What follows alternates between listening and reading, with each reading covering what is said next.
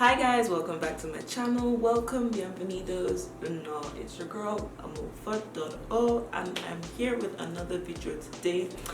And in today's video, it's really cool because it's in collaboration with my friend Dilly. She's a YouTuber in England, but we have one thing in common. We're both Nigerians and we met through this whole YouTube world and we decided let's do a video in collaboration. We've been planning this collaboration for months.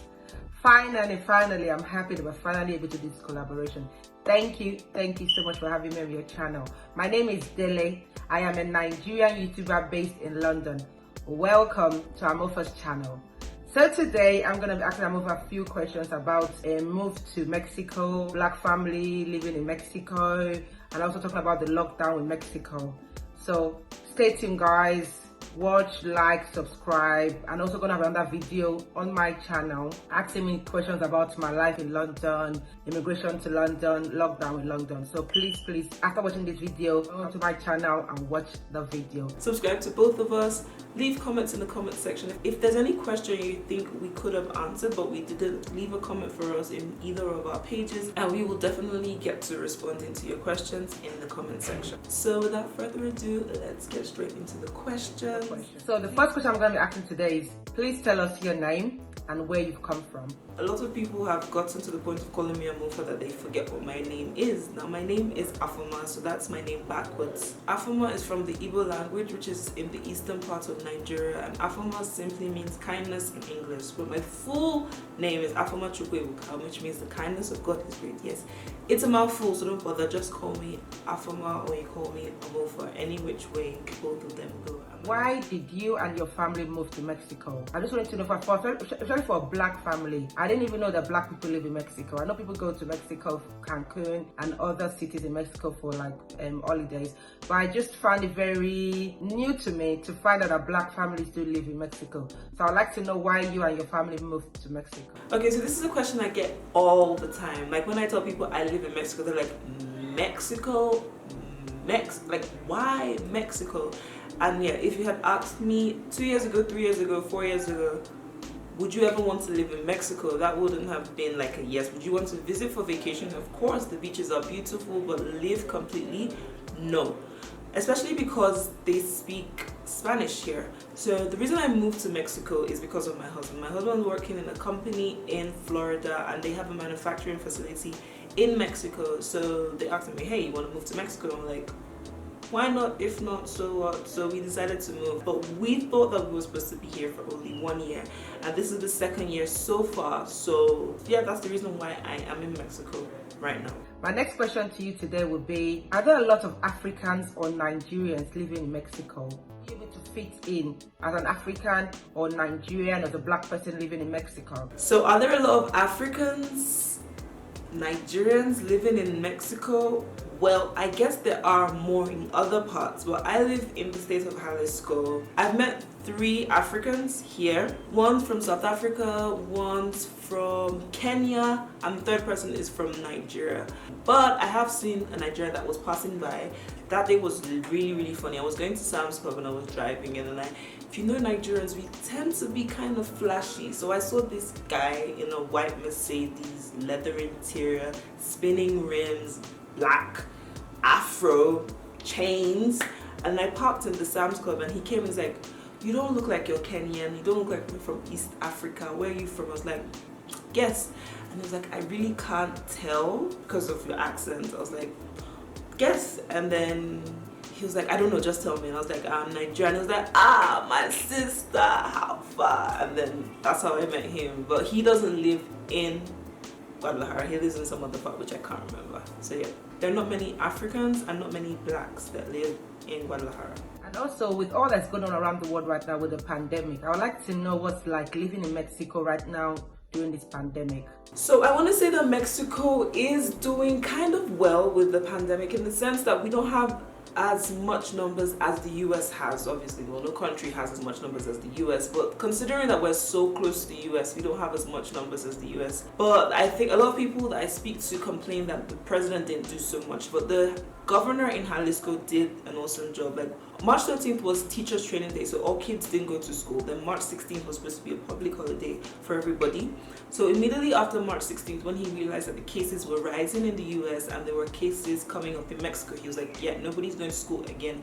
So the kids haven't been in school since March 13th, which has been good. And then offices automatically like shut down if it's not essential for you to be at the office, of which a lot of people can work from home except for the manufacturing facilities, because Mexico has cheaper labor. There are a lot of manufacturing plants, so a lot of people started working from home, and that kind of like took the thing from like going, even though the cases are increasing, but I think we're barely over 1,000 plus deaths as of when I'm recording this video, which is not bad in comparison to the US and our proximity.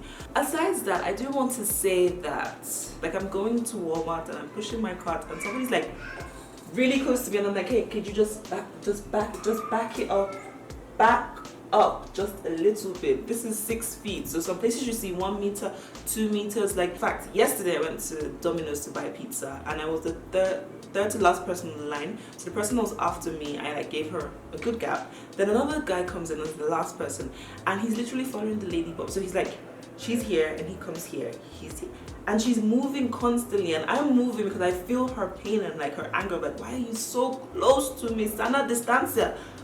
But that's an issue that I think that Mexicans really don't understand. But I think basically in the entire world, people keep on having this, I don't know, preconceived notion of what distance is. And I'm like, no, distance is that, like my camera is the closest thing that comes to me outside of my family, my camera.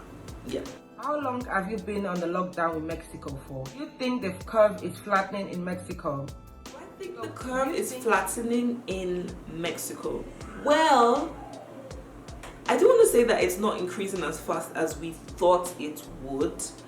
As for like my state, Jalisco, like I said, we haven't really seen a surge. So as for it flattening, I don't know, I have to literally look and see if the curve is flattening, because like when they say that, I feel like it should just be like going like this, but it's not. It's still like a steady increase in people that are infected. The number of deaths, I'm gonna put the information on the screen because I really don't know the exact numbers of it. Like, I think I know Nigeria's exact numbers more than I know Mexico's. I think we're doing well. It's the cases are not ramping up. There are still people with it. There are still people in the hospital. So we can't claim to have like only 2 people that have the virus. No.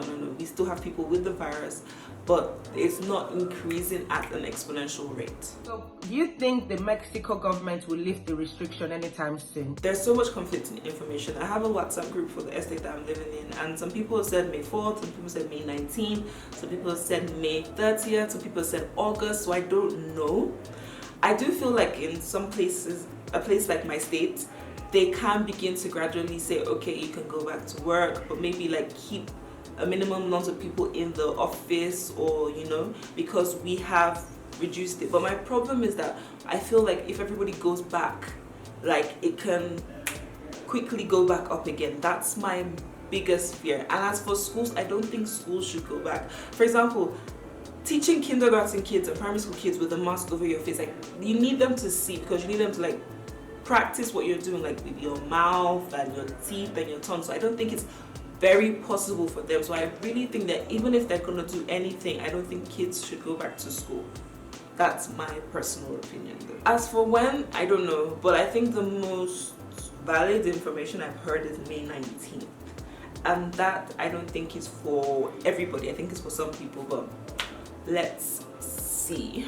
If I do find any information on that, I will leave it on the screen. But for now, that's what I know from the top of my head. I also like to, I know you're a pharmacist. Why are you not practicing as a pharmacist in Mexico?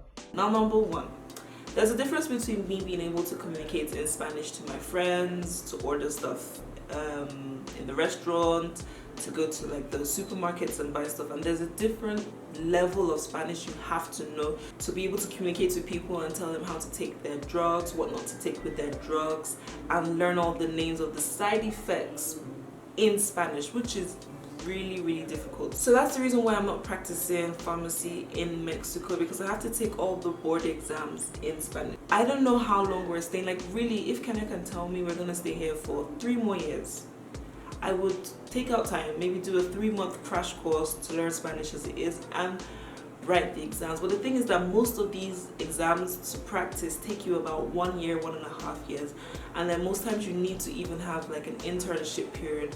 So by the time I'm done with that, let's say we're staying another 3 years, the 3 years is over, or maybe I would have practiced for only 1 year. So that's the reason why I'm not practicing pharmacy in Mexico. And I do hope that wherever we're moving to next, because we're not living in Mexico forever, I would start preparing for the board exams for that country before we move there. Thank you so much for having me on your channel. Thank you for enlightening me with all of this information about yourself. Thank you. Thank you so much, Amofa. And once again, my name is Dele. I am a Nigerian YouTuber based in London. The channel's name is iDiva TV. Thank you so much, Amofa. Bye-bye. Thank you so much, Dele, for all the questions. I really do appreciate it. I hope that we've been able to, give people a feel of what is happening in Mexico. And check out Dele's channel, but she has so many videos about the pandemic in England, and I have one video about the pandemic in Mexico. So like I said, guys, thank you so much for watching it. For those of you that are new here, don't forget to subscribe. I have videos about hair, makeup, vlogs in Mexico, different travels in Mexico, even though I can't really travel right now, but well, I have those sorts of stuff. So I have so many playlists on my channel. You can go through them and see what you like, and I would love to be friends with you. You can also follow me on Instagram at Amofa.o, exactly the same as my YouTube channel. And until next time, guys, stay safe. Whether the restrictions have been lifted or not, don't forget to wash your hands regularly, use your sanitizer, have a face mask on, keep your distance, tell them to back away, step back some more, and don't forget that the entire world is in this together. And I will see you guys in my next video. Bye. Thank you so much for hanging out with me. Adios.